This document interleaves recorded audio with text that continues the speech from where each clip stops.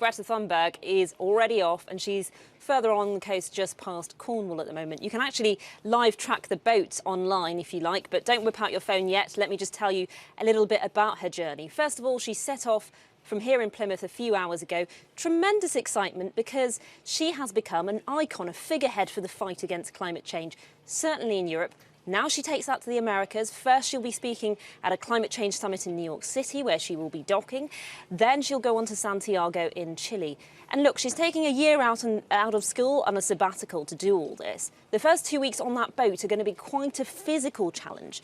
But she also faces a political challenge. As well as gaining many supporters, she's faced a little bit of vitriol online. That may well be amplified in the US. One person she said that she's not going to waste time meeting is President Donald Trump, who wants to take the US out of the Paris Climate Change Agreement. And Greta Thunberg very clearly told us here today, why would I talk to him when he won't listen to me?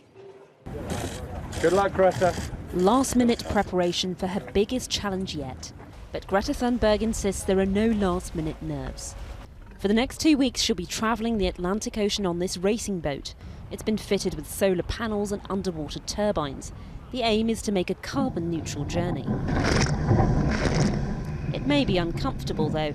On test runs, Greta says she's only experienced a little seasickness. But there's no kitchen, no toilet. We will have to do it in a bucket, but I mean, that is that is fine.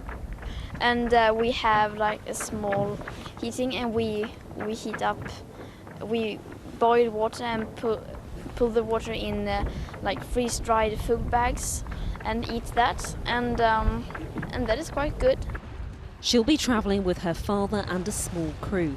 Yet there is now also an entire movement behind this teenager. Before I felt lonely, both because I have like Asperger's syndrome and I don't enjoy socializing, but also because it felt like I was the only one who cared about the climate and ecological crisis. My parents didn't care about it, my classmates didn't care about it, my relatives didn't care about this. I mean, no one I knew cared about this, and I felt like I was the only one. And now I don't feel that anymore, because I see that there are so many who care about this. The 16-year-old first came to prominence this time last year, starting with a protest in her home country of Sweden. That inspired school strikes for the climate around the globe. She then lobbied political leaders across Europe, and her message has resonated with many. I think what she's been doing has actually made me change what I do. So I got rid of my car, so I just use public transport now.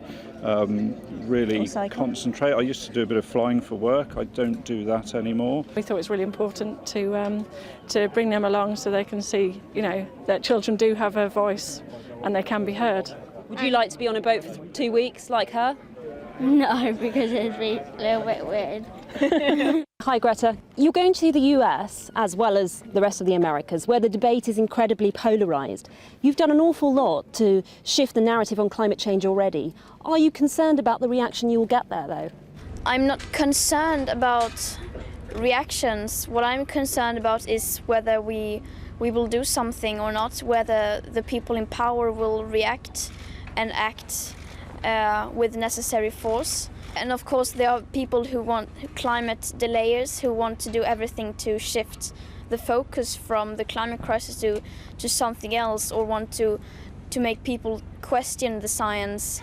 And I'm not worried about that. I'm just going to do as I want to do and as I think will have most impact. She knows she can't convince everyone, but believes the world has to act now. A show of solidarity, a final wave, and she was off. Now Greta Thunberg faces a new frontier in a fight for the planet.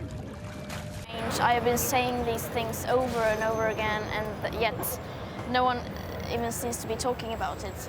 But I hope they listen, and I hope they will do something now. It's up to proofs now. You say nothing has changed. You're very strong on this. Nothing has changed. Well, basically nothing. Basically nothing. I mean, the governments would say, the UK government has done quite a lot of things, but not enough, right? if you look at the whole picture, then basically nothing has happened, and you need to see the whole picture.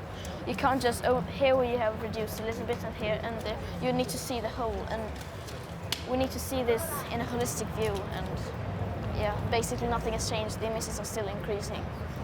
Scientists often talk about tipping points, and that means that once we pass a certain point, that means that the Earth starts warming itself. And we can't stop it. It sets in motion something we can't control. Do we still have time? Yes, we do. We still have time, but that time will not last for long. So we need to do something now, and we need to do it quickly, and we need to do it drastically. I'm going to put two things to you that you'll hear a lot. Some people, they despair.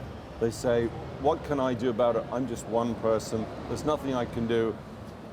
They shrug their shoulders. It doesn't matter. What do you say to those people? I mean, I say just that no one is too small to make a difference. Everyone can do something. And Which you did yourself. yes, if everyone does something, then huge differences can happen. And those people out there, to some degree, this could be Mr. Donald Trump, the US president. There are many people out there still who say either climate change does not exist, or if it does exist, it's nothing to do with human activity. What do you say to those people? I don't say anything to those people. I usually ignore them because I have nothing to say to them, and they have nothing to say to me.